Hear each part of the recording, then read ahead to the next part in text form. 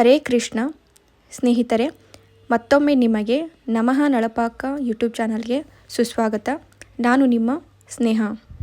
ಇವತ್ತಿನ ವಿಡಿಯೋದಲ್ಲಿ ಉದುರಾದ ಉಪ್ಪಿಟ್ಟನ್ನು ಹೇಗೆ ಮಾಡುವುದನ್ನು ತಿಳ್ಕೊಳ್ಳೋಣ ಬನ್ನಿ. ಮೊದಲಿಗೆ ನಾನಿಲ್ಲಿ ಒಂದು ಪಾತ್ರೆಯಲ್ಲಿ ಸ್ವಲ್ಪ ಬನ್ಸಿ ರವೆಯನ್ನು ರೋಸ್ಟ್ ಮಾಡ್ತಾ ಇದ್ದೀನಿ. ಅದಕ್ಕೆ ನಾನು 2 ಟೇಬಲ್ ಸ್ಪೂನ್ ಎಣ್ಣೆಯನ್ನು ಹಾಕ್ತಿದ್ದೀನಿ. ನೀವು ಡ್ರೈ ರೋಸ್ಟ್ ಬೇಕಿದ್ದರೂ ಮಾಡ್ಕೋಬಹುದು, ಇಲ್ಲಾದರೆ ನೀವು ರೆಡಿಮೇಡ್ ರೋಸ್ಟೆಡ್ ರವೆ ತಂದಿದ್ದರೂ ಹುರಿಯೋ ಅವಶ್ಯಕತೆ ಏನಿರೋದಿಲ್ಲ. ಈ ರವೆಯನ್ನು 2 ರಿಂದ 3 ನಿಮಿಷಗಳ ಕಾಲ ಮೀಡಿಯಮ್ ಫ್ಲೇಮಲ್ಲಿ ರೋಸ್ಟ್ ಮಾಡಿದರೆ ಸಾಕು. ಸ್ವಲ್ಪ ಘಮ್ ಅಂತ ಸ್ಮೆಲ್ ಬರ್ತಿದ್ರೆ ಸಾಕು, ಜಾಸ್ತಿ ಹುರಿಯೋ ಅವಶ್ಯಕತೆ ಇರುವುದಿಲ್ಲ. ಈಗ ಇದಕ್ಕೆ ಒಗ್ಗರಣೆ ಕೊಡೋಣ ಬನ್ನಿ.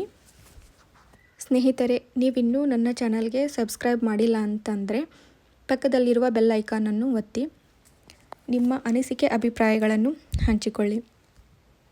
ಈಗ ಒಗ್ಗರಣೆಗೆ 4 ಟೇಬಲ್ ಸ್ಪೂನ್ ಎಣ್ಣೆಯನ್ನು ಹಾಕಿ, ಎಣ್ಣೆ ಕಾದ ಮೇಲೆ ಜೀರಿಗೆ, ಸಾಸಿವೆ, ಉದ್ದಿನಬೇಳೆ, ಕಡಲೆಬೇಳೆ ಮತ್ತು ಚಿಕ್ಕದಾಗಿ ಕಟ್ ಮಾಡಿಟ್ಕೊಂಡಿರುವಂತಹ ಈರುಳ್ಳಿ ಹಾಕ್ತಿದ್ದೀನಿ. ಇಲ್ಲಿ ನಾನು ಇವಾಗಲೇ ಮೆಣಸಿನ್ಕಾಯನ್ನು ಆ್ಯಡ್ ಮಾಡ್ತಾ ಇಲ್ಲ, ಯಾಕೆಂದರೆ ಖಾರ ಬಿಟ್ಕೊಳ್ಳುತ್ತೆ ಅಂತ. ಸ್ವಲ್ಪ ಫ್ರೈ ಆದಮೇಲೆ ಮೆಣಸಿನ್ಕಾಯನ್ನು ಹಾಕ್ತಿದ್ದೀನಿ. ಇವಾಗ ಸ್ವಲ್ಪ ಕರಿಬೇವು ಮತ್ತು ಮೆಣಸಿನಕಾಯಿಯನ್ನು ಹಾಕ್ತಿದ್ದೀನಿ.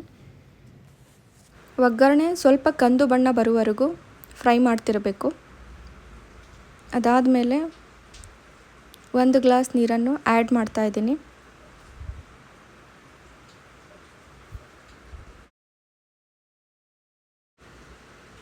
ಮತ್ತು ಸ್ವಲ್ಪ ನೀರನ್ನು ಆ್ಯಡ್ ಮಾಡ್ತಾ ಇದ್ದೀನಿ. ಸ್ಟೋವ್ ಮೀಡಿಯಮ್ ಫ್ಲೇಮಲ್ಲೇ ಇರಬೇಕು. ನಾನು ಇದಕ್ಕೆ ರುಚಿಗೆ ತಕ್ಕಷ್ಟು ಉಪ್ಪನ್ನು ಬೆರೆಸ್ತಾ ಇದ್ದೀನಿ. ಮತ್ತು ಹುರಿದ ಸ್ವಲ್ಪ ಶೇಂಗಾವನ್ನು ಹಾಕ್ತಿದ್ದೀನಿ. ನಾನು ಮುಂಚೆನೇ ಹುರಿದಿಟ್ಕೊಂಡಿದ್ದೆ.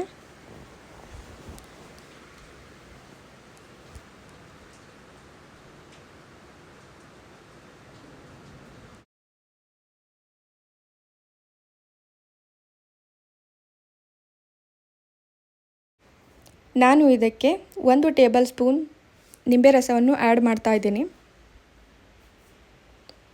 2 ನಿಮಿಷಗಳ ಕಾಲ ಇದು ಕುದೀತಿರಬೇಕು. ನಂತರ ಕುದ್ದ ಮಿಶ್ರಣಕ್ಕೆ ರೋಸ್ಟ್ ಮಾಡಿರುವಂತಹ ರವೆಯನ್ನು ಆ್ಯಡ್ ಮಾಡಬೇಕು. ಇದು ಯಾವುದೇ ಥರ ಗಂಟಾಗಿ ಇರುವುದಿಲ್ಲ. ಅದನ್ನು ಸ್ವಲ್ಪ ಕಲಸಿ ಅದಕ್ಕೆ ನಾನು ಸ್ವಲ್ಪ ಕೊತ್ತಂಬರಿಯನ್ನು ಆ್ಯಡ್ ಮಾಡ್ತಾ ಇದ್ದೀನಿ.